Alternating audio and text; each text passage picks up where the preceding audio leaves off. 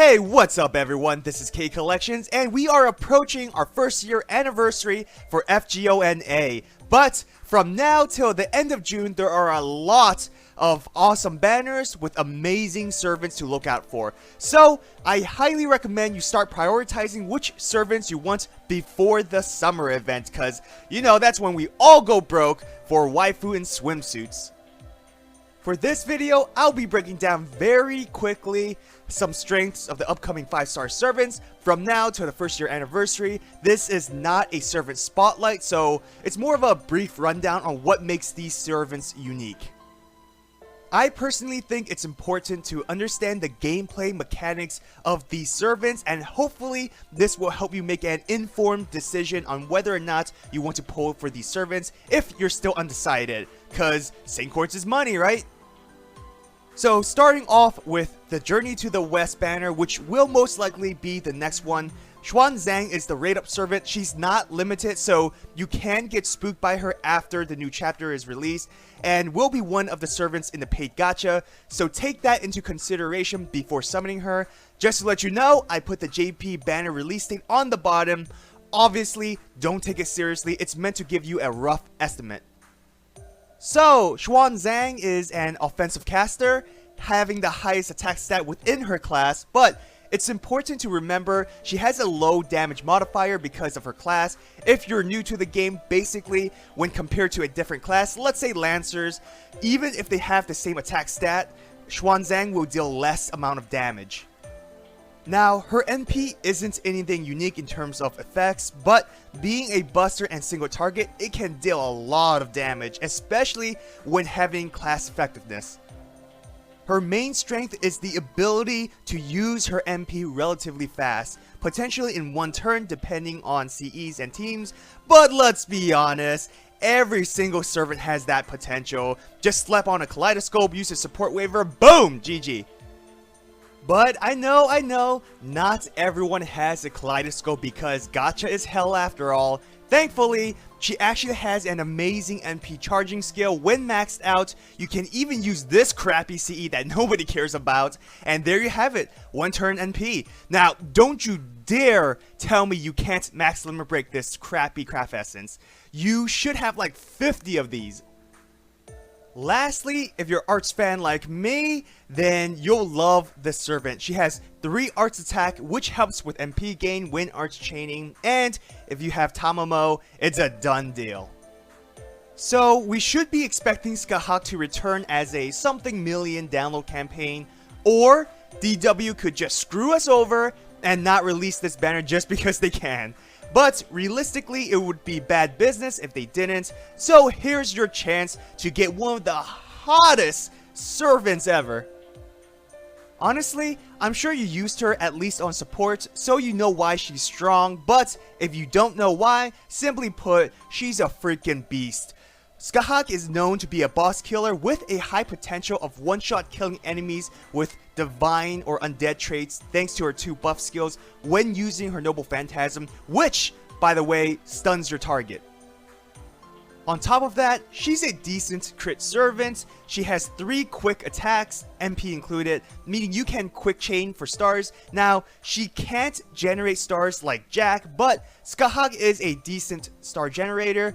Also, her evasion skill gives you a high chance to increase her star absorption and crit damage, which are fundamentals for a crit servant. But most importantly, you should empty your wallets because she is absolutely gorgeous. What more reasons would you need?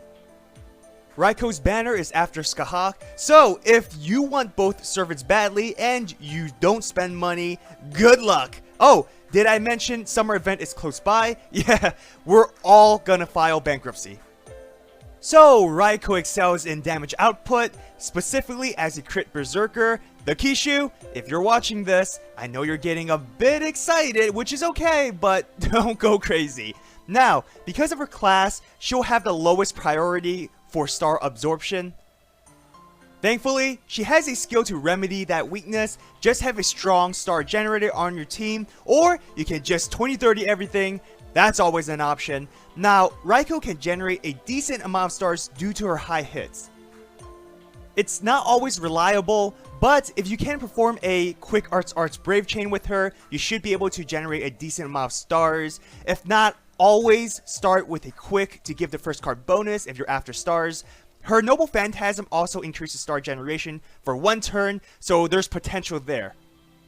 Due to her AoE Noble Phantasm and being a Berserker, she's great for farming, but also amazing in boss rush quests. Raikou also has 2 buff skills that increases damage. One specifically increases damage against enemies with magical traits and servants with sky or earth attribute.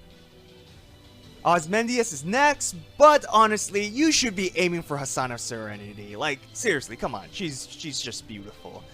But I'm just joking. You know, he's actually one of the best riders. First off, he has the highest attack stat amongst the riders. Being a crit buster servant only solidifies him as being a strong damage dealer. He has 3 busters, MP included, so for all those buster loving folks, Ramses is your friend. Now, thanks to his class, you don't have to worry too much about his star absorption, meaning he can crit all day if you have the stars. Like Raikou, he's not going to be generating stars all day every day, but he does have high hit counts, so performing a quick arts brave chain can generate a good amount. Now, he's an amazing servant, but what really sets him apart are his versatile skills. He has 2 attack buffing skills, can increase your team's NP gauge, increases your team's buff success rate. This alone will make a Stoffel dump Sieg, which is good because, you know, he's a loser who apparently stole my waifu. Back on topic, Osmendius has a single target Noble Phantasm that seals NP. Those are just a few things he can do. Overall, he's an amazing all-rounder type servant. By the way, I was talking about Jeanne d'Arc being my waifu, not Astolfo. I just wanted to clear things up. But moving on, interesting enough, for JP, the Camelot Banner 2 was released way after the anniversary, even after the summer events. But I honestly think we'll get this a lot sooner. Kind of like what happened with Maeve and Kualter's banner, but who knows, I could be absolutely wrong. Nonetheless, Lancer Artoria is similar to her Saber version. Now, the key word I said was similar. Not the same, not identical, but similar. So please don't roast me by saying they have different stats, attack cards, etc, etc. There are noticeable differences. Now, if you used her Saber version, you'll know what to expect. Both prioritize their NP, both have 3 busters, NP included, both have a Charisma and Mana Burst skill, and both have a AoE Noble Phantasm that charges their NP gauge. Speaking of NP charge, Lancer Artoria excels in that area, having a skill and NP that will increase the NP gauge significantly. Depending on your support and skill levels, she can potentially perform a consecutive NP attack, but it's a high investment. She's amazing as a starter servant in battles. Use her to clear the first 2 waves in a battle, as it should be easy to NP attack twice with her. This will save your servants from taking unnecessary damage before the boss battle. Ending off with this, we will or should, cause you never know when DW will screw us over, but we should be receiving a guaranteed 5-star banner at the end of June. This is a paid Saint Quartz only, meaning you have to spend $40 because I believe the bonus free quartz you get with your purchase won't count. Basically, we're going to have 2 banners. One will be the Knights and Ruler, the other will have the Cavalry Servants. You can only choose one, so start planning ahead on which servant you want most. Well, that's all for today. Hope you enjoyed this video. If you did, hit that thumbs up and subscribe to my channel for more FGO content. Follow me on Twitter for updates, Instagram if you like collecting figures. But I want to ask you, which of these servants are you after and your reasons why? As always, save those Saint Quartz and start planning ahead, like today. Have an awesome day, everyone. Till next time.